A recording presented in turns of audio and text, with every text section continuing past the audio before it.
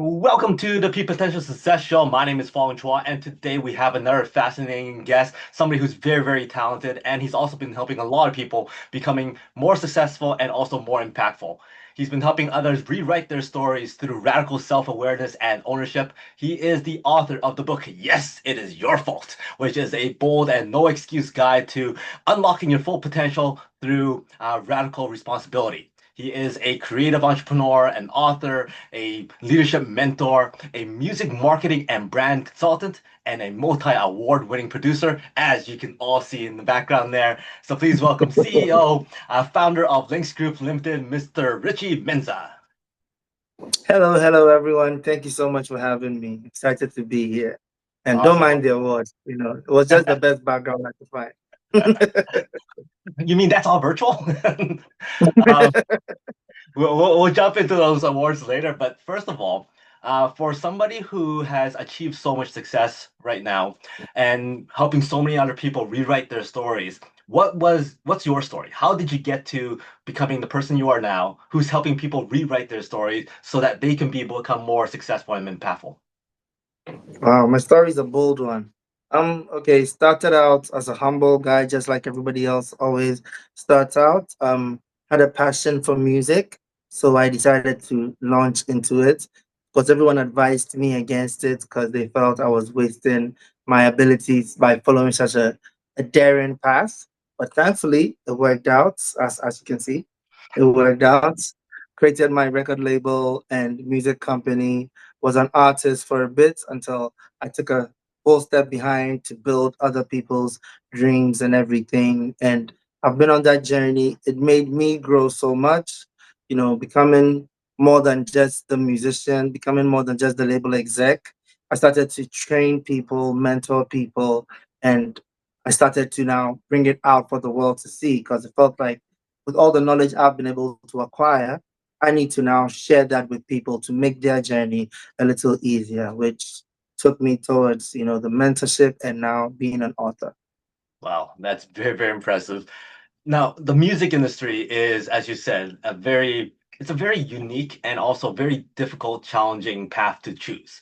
And you were Yeah. saying that people around you were saying, "Hey, don't go that path," but you had this hmm passion for it.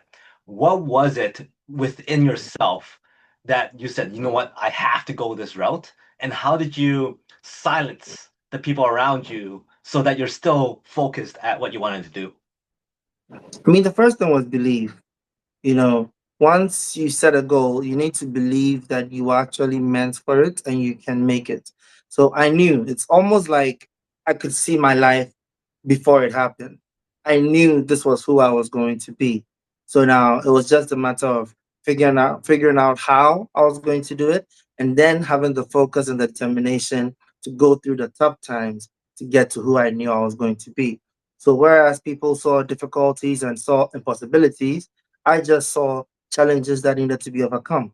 I just saw problems that needed to be solved. That's the way I approach everything. So when they say the industry doesn't favor people, I'm like, okay, then how do I make sure I'm one of those it favors? When they say in the industry is a lucky one, you can only make it by chance, then I ask, how can I be lucky? Because luck is when preparation meets opportunity. So how do I need to prepare for that opportunity which is coming? So I just buckled down, like you mentioned. I drowned out the noise and just stayed focused on my goal, kept grinding until one day everything just worked and it looked like magic. How do you Mhm. drown out the noise when the noise usually is your closest family members and friends that love you and wants to be there to support you? How do you drown that noise out? I have a mute button in real life. I mean, it's just about focus, like if you know what you're focused on, it becomes easier to not pay attention to the other things happening. And one thing I always say about your dream, your goal, your ambition, it's your dream, it's your goal, it's your ambition. You cannot expect somebody else to understand it or to see what you have seen. So when somebody is being negative about my dream, I'm like, that's fine because I know where I'm going. They don't.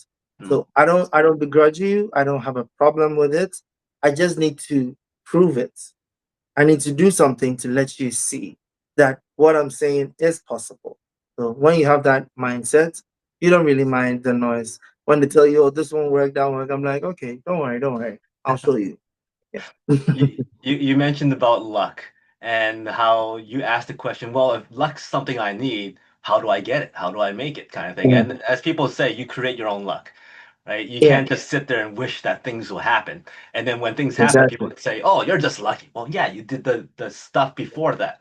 Is there a few Exactly. examples that you can share where you created that luck, where you did something that eventually became the next big step for you? Okay, so in my country, the time that I was about to do music, I the style of music I wanted to do was R&B and hip hop, which is mixed a bit with my local music. But at that time, only my local music was big in my country. That is high life and hip life. It was only that. So nobody would pay attention to the kind of music that I was doing. Even doing music in English wasn't really patronized in my country. So whenever I went to a producer to produce for me, they didn't get what I wanted to create. They didn't understand it.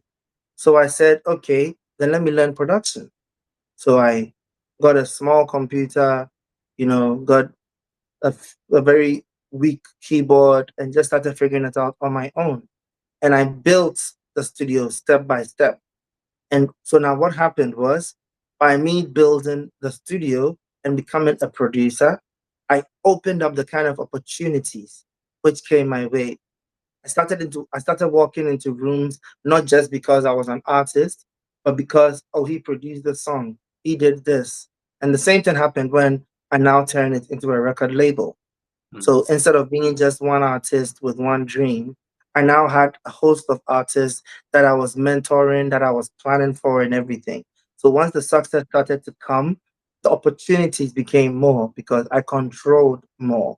So I always realized by investing in myself and the systems around me, I increase the amount of opportunities that can come, therefore making my own luck.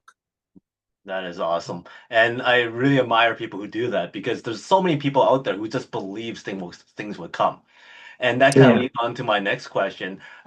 As a music marketing and branding expert yourself, people believe that, hey, as long as you have a great product, people will come. Right? Just make sure it has high quality and everything will be taken care of. What do you think about that comment? And as someone who's dealing with marketing and branding, how important is that when it comes to quality? At a point in time where I remember two of my artists were literally the biggest in my country, and every song they released would do so well. Then, when we release music and we're doing YouTube ads, I would have people call me and ask, "Why are you doing YouTube ads? Because everybody already wants to watch their videos. Do you need to advertise it?" And one thing I would tell them is, "Well, Coca-Cola still advertises." That's true. You can't expect that just because your product is good enough, people are going to naturally want it. You need to give them a reason. You need to remind them. You need to find a way to draw people closer to what you're doing.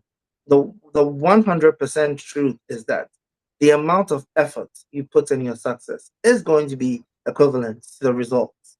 Mm, So if your effort is lazy in the fact that I created a good product, let me put it on the shelf and people will come for it, that's how people will also react to your product. It's like, oh yeah, it's there. When I want it, I'll go for it. You know. So I personally believe you need to take yourself more seriously if you want others to take you serious. very, very good point. And I love that thought process that you went through there, where people go, if you go, hey, I'm gonna put it here, people will come. The whole mental process is reflected with your clients too. They'll go, oh yeah, it's Mm-hmm. there. We'll go when we need it. And more likely than Yeah. not, eventually they're gonna forget about you. Right. So Yep. now jumping onto those awards in the back there, is there one that you're very, very like most proud of that is the most memorable for you? Oh, actually, yes. So a lot of my awards are for being a producer, being an artist. But one of my awards, I actually won it on a business award scheme for youngest achiever. That Wow. was 2 years ago. I think that one got me the most. Hmm. But And it's been tough. I didn't become a businessman willingly. I became a businessman because I needed to handle my own business. right. So, unlike the music where it was just a passion and I was going with it, the music was a necessity. The business was a necessity. Hmm. So, being able to succeed so much that I was recognized nationwide as a young achiever in business, that really made me feel very good. Hmm. Made me feel recognized for the hard work. Hmm. You were mentioning before that every step of the way you were creating that you were taking certain actions, creating your own luck, becoming a producer, becoming a label, and then now becoming a business person. Was there Mhm. is there certain things that surprised you as you were taking those steps? Or was it a case of I don't know what I don't know, and therefore this is what it is, and you just kind of went with the flow of building all these different pathways for yourself? I mean, things always surprised me. See, I learned everything on the job. It's a very unfortunate thing. Like, as much as I love music, I didn't do music in school.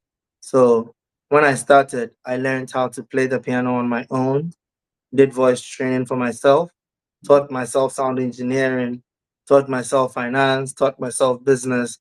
So when you go that route, you are bound to make a lot of mistakes because you are doing your homework on the field. So a lot of things I would maybe think back 6 months and think, oh, I wish I knew this then. I would have done this better. But I also believe those things shaped me into becoming who I am because you actually learn more from your failures than you do from your successes. So all the things that I didn't know where I made mistakes and then realized how big a mistake it was, made sure I would never ever do such a thing again. And I'm very passionate about growing and learning. So along the way, when something surprises me, I grab it and make sure, okay, this is a new skill I'm mastering. I'm not going down that route again. So yeah. I love what you said there about learning from your mistakes, learning from your failures. And there's so many people out there who are so afraid of failing that they don't even try new things. They don't even try learning something or try doing something different. So Mhm. therefore, I'm going to ask you this question. What is the biggest mistake that you've learned from that there's no way you would know about it if you were just reading a book or something like that? One of the biggest mistakes I ever made. I remember this was at a point where we were successful and I got a bigger opportunity. So I got an opportunity to produce for a label in the States. I was going to produce a lot of music for them. And they actually gave us an advance, not a full advance, just a small advance to commit. So this is a case where, okay, we're successful and we're about to become much more successful. Hmm. So I remember I got a new office space, the rent was higher in the new office space, had to do up the place. So I kind of spent in anticipation for Hmm. the growth which was about to come. And then the record label closed down. Oh. So the big deal which was coming didn't come. And now here I was with big rents that I couldn't afford because the deal I was expecting didn't come. This was the case where right now I've spent so much on setting up the place and everything. It taught me a lesson that don't cash in money you've not made yet. It's good to have plans, it's good to have big dreams and everything. But as a businessman, you also need to know when to grow and when to just monitor things, because it set me back like 2 years. It was a very hard Wow. lesson to learn, but I learned it. What you just shared there has a little inkling of two sayings that people hear about. Don't put the cart before the horse, right? Don't Exactly. have. But then before you talked about you have this dream, you have this passion, you have this focus, which also alludes to the saying where you have to be first before you become. You have to be that Mhm. before you take those actions, right? Now, Yeah. those two comments kind of contradict each other because right Really. then in your scenario there, you're gonna be all these things, and therefore you started spending money to build this whole thing to in preparation for Mhm. that. But then you don't want to spend before you have it. What is that line? What's the fine line that you kind of toe now to make sure that that's balanced? Okay, so the difference between expecting money from someone versus being something is anything that is external, anything outside of yourself, you can't rely on it. So I was looking at a deal coming from another party and I acted based on that. But that wasn't me. That wasn't something I was in control of. If it's something I am in control of, something I know that I can do, then in that case, I can say I will be before I become. Because let me give you an example. I had a period where when I was growing the business, so aside the production of artists and managing talents and everything, I also did a lot of commercials for TVs. So I would do the music scoring for commercials and everything. So sometimes there comes a problem where maybe I need to fund an artist's career, but I don't have cash available at the moment. So now, based on the fact that I knew the commercials that I would produce, and I knew that I could produce about 4 to 5 commercials in a month, I could then now budget for how much it would I would make from only producing 2 commercials over the next 6 months. And then I would take a loan against that money. So now this is risky because I'm spending money that I haven't made. But the difference with this one was it was money that I was making. It was something I was in control of. I could like understand the variables, know what I'm doing, calculate the risks, and then move.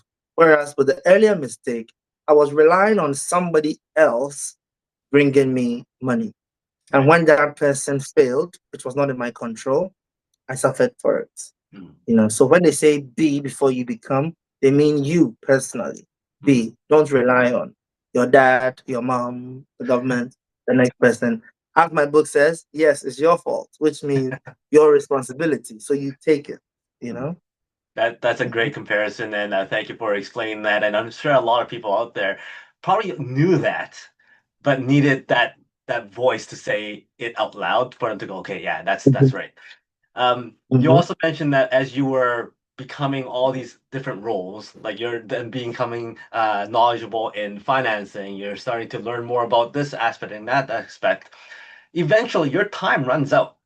Like you can't be everything for Yeah. everyone in your own company. So, at what time did you start scaling, start leveraging other people's skill sets, start bouncing ideas off of other people so that you can focus on what you do best?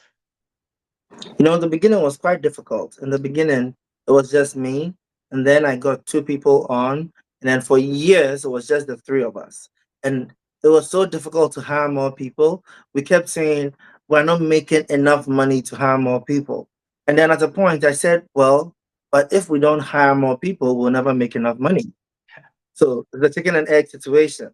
And then I started to understand the fact that if I wanted to rise as a leader, if I wanted to elevate myself, I needed to concentrate on leverage tasks, concentrate on doing things that move the needle further. And I Mhm. can't do that when I have to do every task because because it's a small team.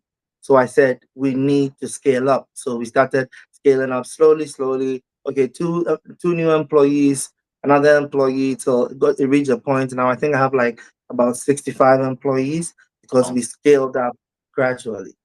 And what happens is every time I employ someone or I empower someone to do something that I used to do, it frees up my time and my mental ability to do something of a higher capacity, which can bring in more to, take care of everybody. So I always just look at it from that point of view.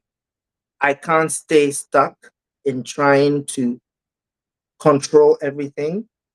It's better off that I elevate, let others have some control, and then control things at the top. I like how you said that you want to give people control.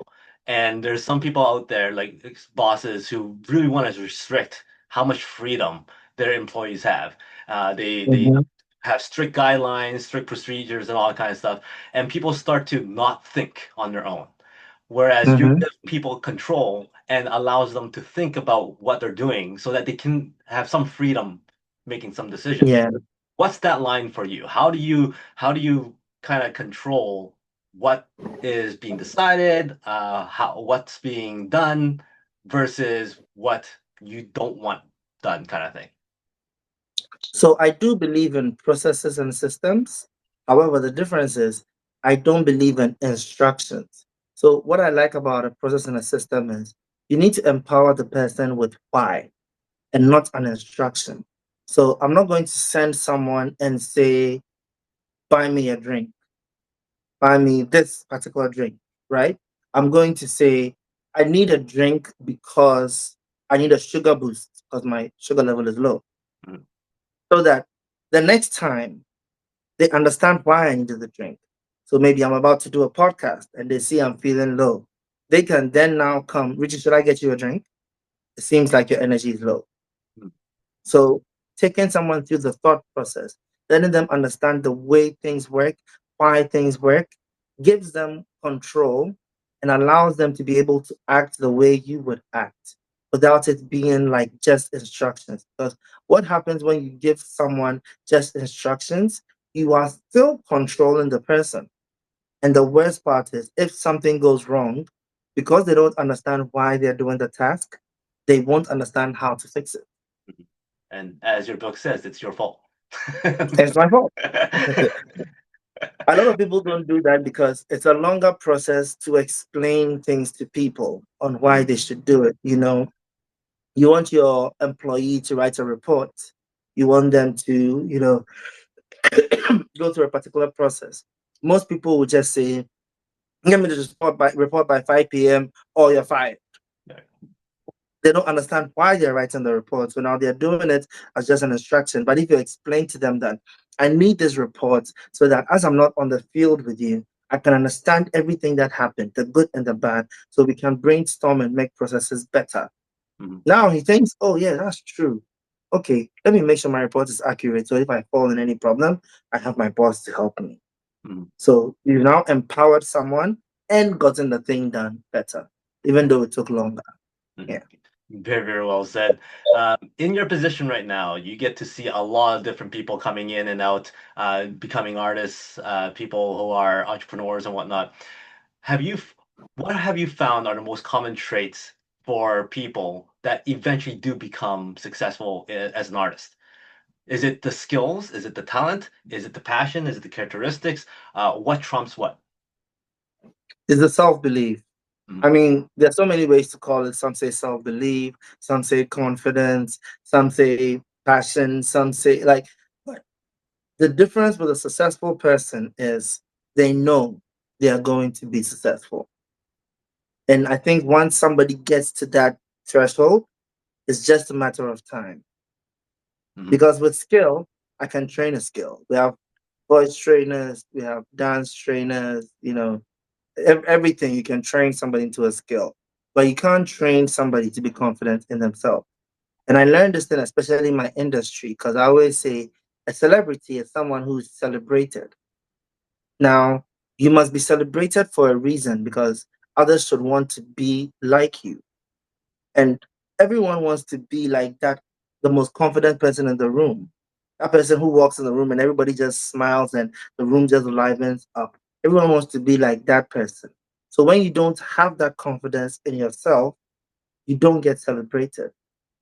And that's why you see an actor or a singer and you're like, this guy is not that talented. Why does everybody like him? It's not the music, it's not the movie, it's the confidence. He's authentic.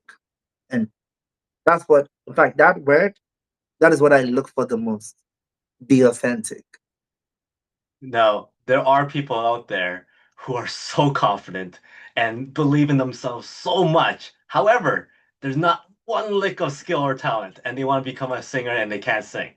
What do you tell them? What do you tell them to do? I mean, enhance your skill. And that's why I mentioned that once they achieve that confidence, it's only a matter of time. Uh, Because when it comes to skill, any skill can be developed once you have a growth mindset, but mm, it's a matter of time. So if you know I am destined to be a great singer, but my mm, voice hasn't reached yet, take voice training. It could be 6 months, could be 1 year, could be 5 years, but eventually you will be as skilled as you need to be. wow. You get me? I love that mindset and that thought process because that means everybody still has hope as long as they Yep, really, really want it. And 100%. I'm thinking of certain people right now. I'm like, yeah, they can't sing a lick of a note, so and they think they're great. So, one thing that you're known for is being able to help people rewrite their stories. And Mhm. I would like to hear an example of what an original story would be versus how it would sound like when it's rewritten your way. Like, Okay, in what scenario would so somebody have to rewrite their story? I mean, in so many scenarios, part of marketing is finding the most interesting thing in someone or something and Mm, bringing it out. So I don't rewrite stories. I don't change the story. I just highlight on the most interesting part of the story. mm, It's like we all know that great movie that we love. There were one, two, three key things that made us love the movie. If you know Pareto's principle, where it explains to you that 20% of your efforts bring in 80% of the results. It's the same with everybody. With everyone's story, there's a lot going on in your life, but there are some key things that are so interesting. But most of the time, because it's us, we don't recognize it. So what I'm good at is listening to someone's story, looking at them, seeing how they live, seeing what's interesting about them, and then magnifying that. mhm. So there's a boy from the streets who sees himself as unfortunate. He thinks life has dealt him bad cards, so nothing can ever work out for him. He has the talent, but he doesn't know what to do with it. But I look at this boy, and what I see is an inspirational story. What I see is someone who came from nothing, who is willing to build something for himself and won't forget his people. So in this case, the story you push is the hustle, is the struggle. Most of the time, you find that this person is trying to stay away from that because he's disgusted by his struggle. He's looking at the artists who are driving the big cars and everything. So maybe they signed to a big label, so now they want to shoot a music video with flashy cars and the flashy girls and everything. And I'm like, no, that's not your story. That's not you. That's not authentic. If we shoot you in a neighborhood which represents what your story is, you will inspire those people in that neighborhood that they can also make it. So I just take a flashlight and shine it on the most impressive part of your life. Whereas the other artists, like I have an artist who loves women. He loves women to death, but he was trying to hide it. It's like, oh, today he'll sing a love song, but the next day he wants to do inspirational and he wants to be shy about it. I'm like, don't be shy. Mhm. You love women, make them love you too. Let's highlight on that. And right now, he's the most loved guy in Ghana. The women love him. He actually organizes concerts and says only women, and they all come, and he's the only man there. That is one way to shine a spotlight on them, eh? That is awesome. Um, in this day and age, AI is a big thing now. How do you see Mhm. AI changing your industry and what you do? AI is a tool. AI is like social media, it's like electricity, it's like everything. You can decide to use AI to advance yourself, or you can decide to sit there and complain about it until you're left behind. So AI is a tool. We just need to look at how AI makes us better. You can use the prompt AIs like the Chat GPTs and the Geminis and stuff to make your writing better, to edit the kind of things that you would have said or put in a place. One thing I love about AI, especially like Chat GPT, it's the best way to learn right now. Mhm. Like, whereas, let's say if I wanted to learn how to use a software, in the past, I would have to go through a tutorial and keep watching till I get to that one function I'm looking for. Now I can go to ChatGPT and tell it the exact function, what I want to do, and it will bring it out for me. So it's changed how research is done. Things like Midjourney and the generative AIs, they aid you in getting closer to where you're trying to go. Let's say, because I do graphic design and stuff. Sometimes you're stuck for ideas. You know, you're trying to design something and you don't fully know the idea that you want, even though you have the concept in your mind. You prompt mid journey, they give you four options, and that just makes you realize, ooh, this works, and then you go design it. Right. So it's meant to be a tool that makes you better. I Right. think the disadvantages is certain people are being lazy with it. So instead of letting the tool make them better, they just take what AI is giving them and they run with it. Like I saw something on social media where someone prompted ChatGPT to write an email for them and they just copied and pasted. Even the point where it said insert your name, it was all in the email. So And people somewhere need to in that learn to email use the probably tool. says that they're a hard worker and very good at attention to detail. 100%. Yeah. Uh, for right now, what are you looking for mostly? Like the type of clients that you're looking for, the type of skills or the type of talent that you're looking for. What is gonna help you the most at this moment in time? At this moment, I'm looking for growth mainly. I've done this for a while and I'm looking for opportunities to expand this beyond what I could even imagine. So, the kind of clients I look for are people who are in different fields that I can like attach to. Like, even recently, my company, so we started out just as a music studio, then a music label, then we launched a video and photo studio as well. Then we launched a digital agency, like a creative agency. Then we did a booking agency. And recently we just did something that shocked people. We launched an electronics company. So we've released our first headphones, which is really catching on and everything. So I'm looking for opportunities that take me to places I didn't think I could go, but I know I can, Mhm. still captivate people. And when it comes to me personally, I want to give back as much as possible, especially with the knowledge that I have. I've spent so much time reading, researching, learning, and all. And some of that journey was very difficult to find that knowledge. So now that there's so much access, I believe if I can help funnel that knowledge for people, I could inspire at least the next 10 people to have even better lives than I have had. And then I would have sort of given back to the world what the world gave to me. Awesome. That is very, very noble. And I look forward to seeing what you do next because what you've already done, and if those awards is any indication, I'm sure you're going to double or triple that size. So um, my final question is asking you, what is one last message? What is one last takeaway that you would like everybody to remember Richie for? Yes, it's your fault. I'm You know, when sorry. I say that, when I say that, people just normally jump to thinking about the worst thing that has happened in their life and get defensive and say, but that wasn't my fault. But I'm here to tell you, yes, it was. The good thing that happened in your life was your fault too. You are Right. actually in control of your life.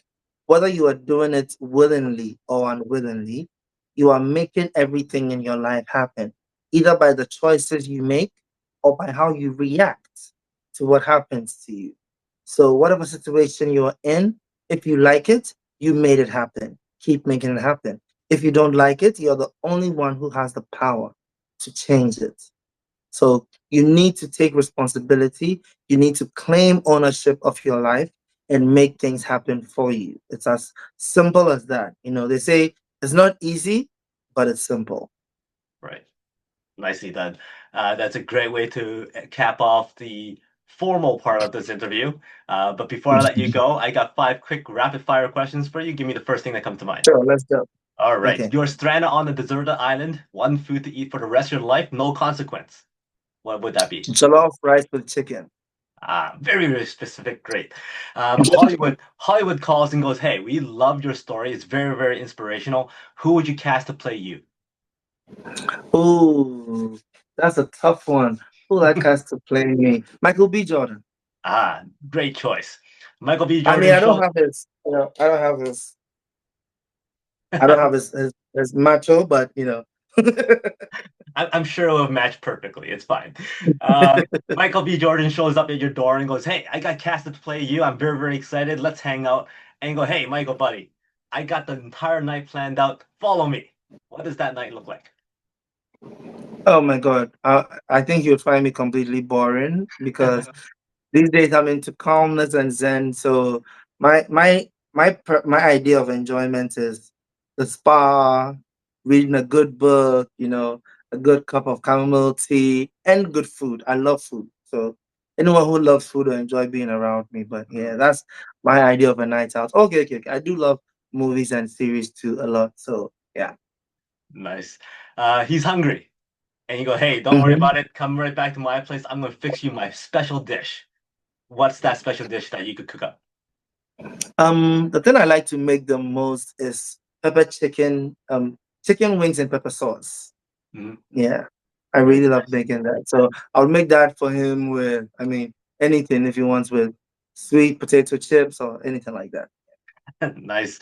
You're on a road trip, hours on end, in your car, one song to listen to on repeat that you don't mind listening to and won't get sick of. Which one would that be? One song. Okay, that's a close tie between Lionel Richie's Hello and Boys to Men's Girl in the Live magazine. Would you like to share a few bars since you're an artist? Yeah, I haven't sung in so long. Okay, let me see. I fell in love with the girl in the picture that I used to keep. I carried around in the back of my pocket, and she was always with me. It's okay, it's okay. Nicely done. All right. Give me a number from 1 to 4. Four. One, two, three, four. So the word is bell bottoms. Okay. If you have to use bell bottoms as a metaphor for success, how is success like bell bottoms? Bell bottoms for success. Okay, okay. What I would say is that just like bell bottoms, when you're trying to rise from the top, everything can feel overwhelming and large, but as it goes up, it gets stronger, it gets easier, and holds on tighter to you. Nicely done. So that's how success is like bell bottoms. Thank you very much for your time. Thank you very much for sharing a few bars of your lovely voice. So thank you for that. I don't get Thank you my guests to too. sing very much. So when I saw you, I'm like, oh, sweet, I'm gonna get him to sing. Any any final words from you? And also, what's the best way for people to get your book and reach out? I mean, to get my book, you can check it out on any of the platforms from Amazon to Barnes and Noble, anywhere. Just look for Yes, It's Your Fault. My name is Richie Mensa. So if you add that, you'll find it much easier. You can also find me on Instagram, which is Richie Mensa GH, RICHIEMENSAHGH. And I have all the links to the book and my websites and everything right there. So please find me, read the book. You'll love it. Trust me. Awesome, man. Any final words? Yes, it's your fault. But I do want to tell everybody out there that keep pushing, keep grinding. It can get dark, it can get tough sometimes, but trust that it will get better. Awesome. Thank you very much. So everybody make sure you pick up Richie's book. Yes, it is your fault in case you haven't gotten that hmm mine yet. And reach out to Richie. Obviously, he's very, very talented in what he does and what he and knowledge that he shares, and it's been very, very entertaining. So thank you very much for that. Much appreciated. Until next time, today is the day to lock your peak potential. We'll see you later.